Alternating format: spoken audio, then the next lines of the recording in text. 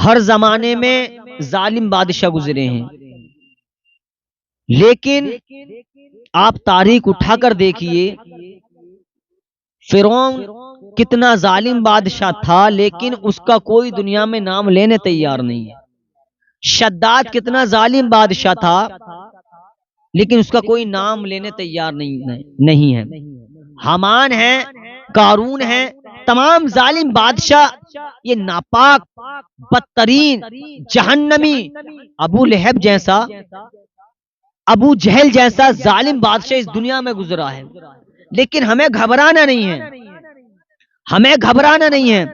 ہمیں اللہ نے جو کتاب ہمیں دی ہے، ہمیں اس کو پڑھنا ہے، اس کو سمجھنا ہے۔ اچھا ایک بات بتائیں، جب کوئی چیز کمپنی ہمیں کو دیتی ہے تو اس کے ساتھ ایک کتاب آتی ہے، وہ کتاب کیوں آتی ہے؟ کتاب اس لیے آتی ہے اس کو پڑھیے، اور اس کو پڑھنے کے بعد تبھی کچھ نہ کچھ استعمال کریے، کہیں ایسا نہ ہو کہ آپ کو استعمال کرنی نہیں تھی، آپ نے کر لی۔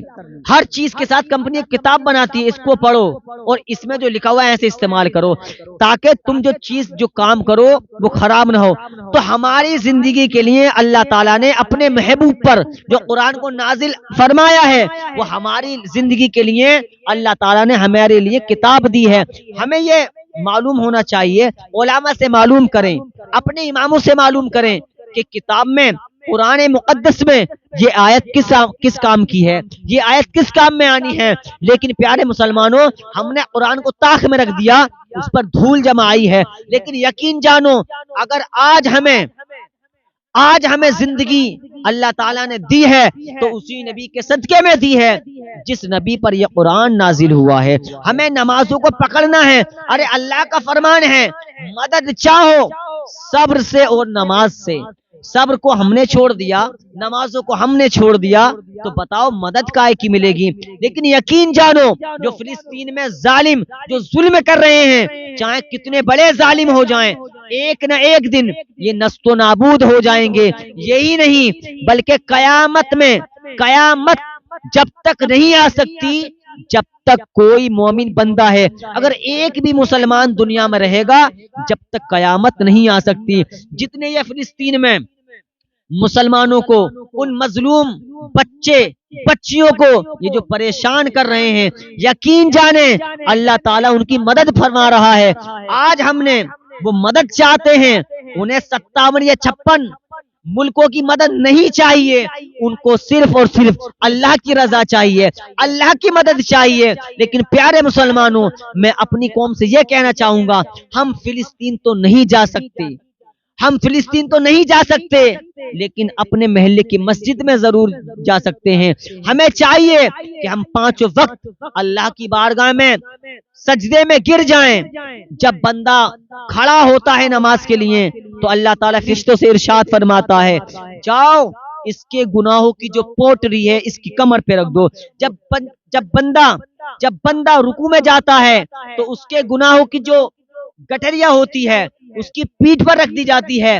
جب بندہ کہتا ہے سمیع اللہ لمن حمیدہ، تو اللہ تعالیٰ اس کی جو پیٹھ پر پٹلیاں رکھی ہوتی ہے وہ گر جاتی ہے۔ پھر فرشتے کہتے ہیں، اے مولا اب اس پوٹری کا کیا کرنا ہے؟ تو اللہ تعالیٰ ارشاد فرماتا ہے، اور جب اس کی پیٹھ پہ سے یہ سارے گناہ گر گئے، میں نے بھی اس کے سارے گناہوں کو معاف کر دیا۔ نماز کتنی اچھی چیز ہے، نماز کیسی عبادت ہے، ہمیں اللہ پاک کا قرب حاصل ہوتا ہے۔ بات یہ چل رہی تھی کہ فلسطین کے مسلمانوں کی خالی واٹس ایپ پر دعا کرنے سے کام نہیں چلے گا، ٹویٹر پہ دعا کرنے سے کام نہیں چلے گا، انسٹاگرام پر دعا کرنے سے کام نہیں چلے گا۔ یہ ہمارے کسی دوست نے اسٹیٹس لگا دیا، ہم نے لحاف میں لیٹے لیٹے آمین لکھ دیا، لحاف میں سے دعا کر رہا، تجھ سے اتنا بھی نہ ہوا کہ تو اللہ کے گھر چلا جاتا، 5 وقت نماز پڑھتا اور فلسطین کے لیے اللہ کی بارگاہ میں ہاتھ اٹھاتا، رو رو کر دعا کرتا، یا اللہ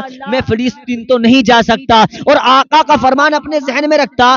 آقا نے فرمایا مسلمان کا بھائی ہے، یہ سوچ کر دعا کرتا، یا اللہ میرا بھائی فلسطین میں پھنسا ہوا ہے، یا اللہ تو ان کی مدد فرما۔ قسم خدا کی تجھے دعا کرنا تھا، قبول کرنا نہ کرنا یہ رب کی رضا ہے، لیکن یقین جانو جب تو اول و آخر میں درود پاک پڑھتا اور فلسطین کے مسلمانوں کے لیے دعا کرتا، نہ جانے ہم سب میں، نہ جانے اللہ پاک کس کی دعا کو قبول فرما لیتا۔ لیکن یقین جانو پیارے مسلمانوں، فلسطین کے مسلمانوں کا اتنا پکا ایمان ہے، آپ جب بھی ان کے کلیجوں پر تیر ہوتا ہے، ان کے کلیجوں پر جب بھی تیر ہوتا ہے تب بھی وہ اللہ کا نام لیتے ہوئے نظر آتے ہیں، اللہ اکبر کی صدائیں ان کی زبان پر رہتی ہیں۔ لیکن آج ہمارا دل اتنا سیاہ ہو چکا ہے کہ آج ہم صرف ٹویٹر پر ڈال دیتے ہیں کہ فلسطین کی اللہ تعالیٰ مدد فرمائے، انسٹاگرام پر ڈال دیتے ہیں کہ اللہ تعالیٰ فلسطین کے مسلمانوں کی مدد فرمائے۔ انہیں تمہیں واٹس ایپ کی ضرورت نہیں ہے، انہیں تمہاری ایسی دعا کی ضرورت نہیں ہے،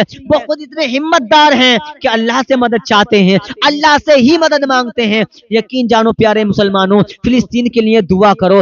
آج وہاں کا جو معاملہ ہے بڑا گمبھیر معاملہ ہے، چھوٹے چھوٹے بچے مسلمان شہید ہو رہے ہیں۔ ارے ہماری اولاد کو اگر کسی کی طبیعت خراب ہو جائے تو ہمارا دل بے چین ہو جاتا ہے۔ 6 ماہ کے بچے وہاں شہید ہو گئے۔ پیارے مسلمانوں، نمازوں کی پابندی کرو، ان فلسطین کے مسلمانوں کے لیے مدد کی دعا چاہو کہ اللہ تعالیٰ ان کی مدد فرمائے۔ لیکن پیارے مسلمانوں، اس لیے دعا کرو، ذہن میں یہ بات رکھو، آقا نے فرمایا کہ مسلمان مسلمان کا بھائی ہے۔ جب تم دعا کرو تو یہ سوچ کر دعا کرو۔